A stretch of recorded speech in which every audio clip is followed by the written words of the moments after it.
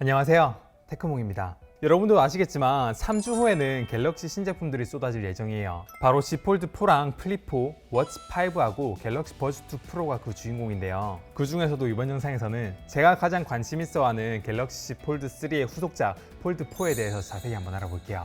저는 갤럭시 Z 폴드 3를 메인으로 사용하고 있고, 예전에 이 영상에서 아쉬운 점을 꽤나 많이 올렸었는데 최근 유출된 내용을 보니까 그때 아쉽다고 했던 내용들이 거의 다 고쳐질 것 같더라고요. 그때 이후로 어떤 정보들이 더 유출이 되었고 왜 다 고쳐질 거라고 생각하는지 지금부터 자세히 말씀드릴게요. 이런 폴더블 스마트폰 하면 제일 먼저 떠오르는 거는 무겁다, 두껍다, 내부에 주름이 좀 걱정된다, 그리고 비싸다 할 겁니다. 근데 이번에 출시된 갤럭시 폴드 4는 3랑 비교했을 때 무게는 더 가벼워지고요, 두께는 더 얇아지고 안에 주름은 더 적어지는데 가격도 더 내려갈 거라고 합니다. 무게부터 얘기해보자면 이번 갤럭시 폴드 4의 무게는 263g으로 폴드 3보다 8g 정도 가벼워질 예정이에요. 사실 한 달 전까지만 해도 갤럭시 폴드 4의 무게가 260g 아래로 떨어질 거라고 다들 예측을 했었는데 IS 유니버스에서도 최근에 263g으로 정정을 했더라고요. 정확히 얘기하면 변경되었다, 리바이스 되었다고 표현을 했더라고요. 저는 그게 아마 발열 구조를 좀 개선하기 위해서가 아닐까라고 생각을 하고 있어요. 성능 부분에 대해서 말씀드릴 게 많으니까 조금 뒤에 몰아서 설명드리도록 하고, 나머지 제가 말씀드렸던 것부터 좀 더 알아볼게요.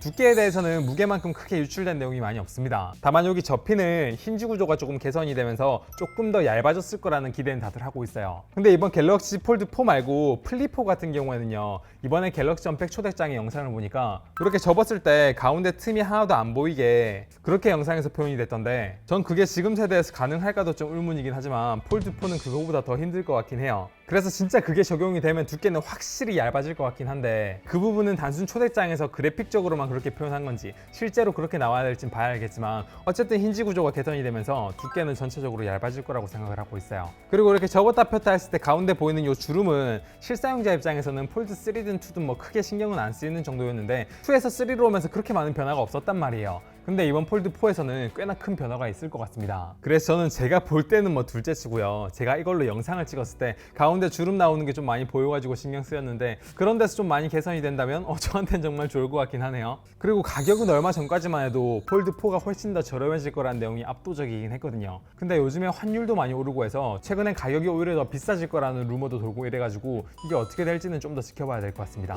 그럼 지금까지가 그냥 폴더블 스마트폰 하면 가장 먼저 떠오르는 것 정도였다면, 지금부터는 폴더블 스마트폰을 실사용하고 있는 입장에서, 그리고 이 제품에 관심 있는 입장에서 눈에 띄는 변화들을 말씀드리도록 할게요. 먼저 외부 디스플레이의 비율이 좀 바뀌었습니다. Z 폴드 3의 외부 디스플레이가 세로로 좀 많이 길어가지고 글이나 영상을 볼 때 좀 불편한 점이 많았는데, 이번에는 디스플레이가 옆으로 더 커지면서 이런 문제가 조금 해소될 예정이에요. 그리고 폴드 4에 탑재될 AP가 스냅드래곤 A 플러스 젠 1이 탑재가 되면서 성능도 성능인데 발열이 되게 많이 개선될 것 같아요. GOS로 되게 이슈가 많이 됐던 갤럭시 S22는 스냅드래곤 A 젠 1이 들어갔잖아요. 그리고 이 갤럭시 폴드 3 같은 경우에는 스냅드래곤 888이 들어갔는데, 그 당시에 아이폰하고 워낙 성능 차이가 많이 나다 보니까 그걸 강제로 이렇게 끌어올리려고 노력을 해서 그런지 그때는 최고 성능은 좋았는데 열이 좀 많이 나가지고 전력 대비 성능, 전성비가 진짜 안 좋았거든요. 그래서 발열을 좀 잡아보겠다고 조금만 열이 올라가게 되면 성능을 확 낮춰야 되는 그런 상황이 많아져가지고 되게 성능 유지가 잘 안 됐어요. 근데 이번 갤럭시 폴드 4에 탑재될 스냅드래곤 A 플러스 젠 1은요, 실제로 중국의 샤오미 12S 울트라에는 이 AP가 탑재됐는데, 원친 게임 테스트 결과를 보면 스냅드래곤 A 젠 1하고는 비교 대상도 안 되고요,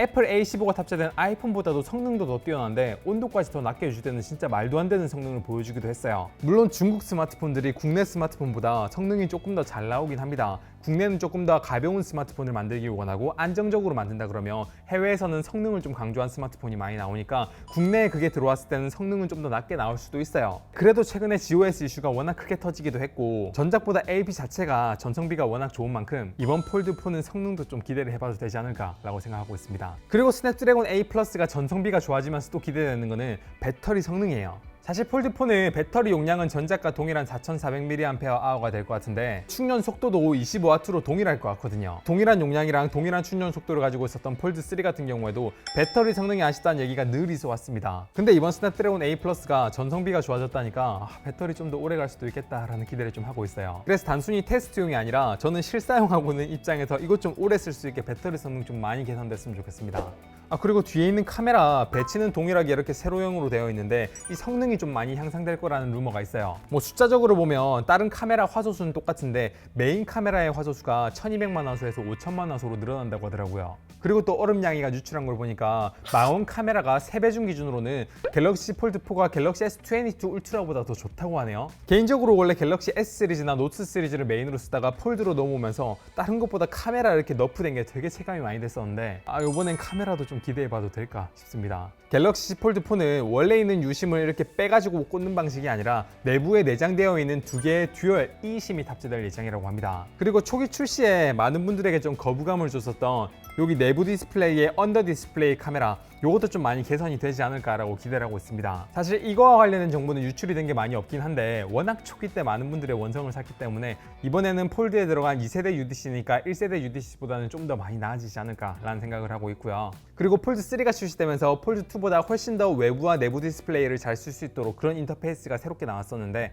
그거 지금 업데이트 돼가지고 폴드2에도 쓸 수 있게 됐잖아요. 뭐 그런 것처럼 이번에 폴드4에서도 폴드S 전용으로 쓸 수 있는 그런 인터페이스가 좀 많이 개선이 되지 않을까라는 기대를 또 하고 있습니다. 이런 소프트웨어적인 차이는 유출된 게 정말 없어가지고 나오기 직전까지도 잘 모르겠네요. 물론 많은 분들이 기대를 하셨던 S펜은 폴드 자체에 삽입을 한다든가 이제 방수가 아니라 방진까지 적용된다든가 아니면 외부 디스플레이에 S펜을 쓸 수 있다든가 또는 스피커 품질이 향상된다거나 이런 정보는 아직 알려진 게 없는데 방금 말씀드린 건 안 될 가능성이 훨씬 높고요. 그래도 이런 거 다 배제하더라도 이번 폴드4는 앞서 말씀드린 것까지만 해도 정말 기대가 되는 제품은 맞는 것 같습니다. 여러분들은 이 약 3주 후에 출시된 갤럭시 폴드4에 대해서 어떻게 생각하세요? 정리해보면 무게는 가벼워지는데 두께는 얇아지고 성능은 좋아지는데 발열은 줄어드는 데다가 배터리 사용 시간까지 늘어나는데 가격이 더 저렴해진다?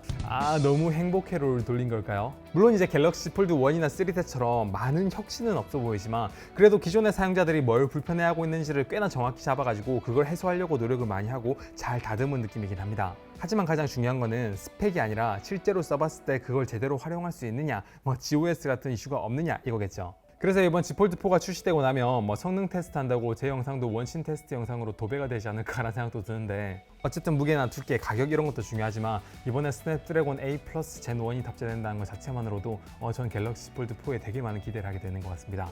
네, 이번 영상은 여기까지 하고 이번 영상에서 못 다뤘던 플립이나 워치나 버즈 프로에 대한 내용도 제가 한번 정리해 보도록 할게요. 감사합니다. 테크몽이었습니다.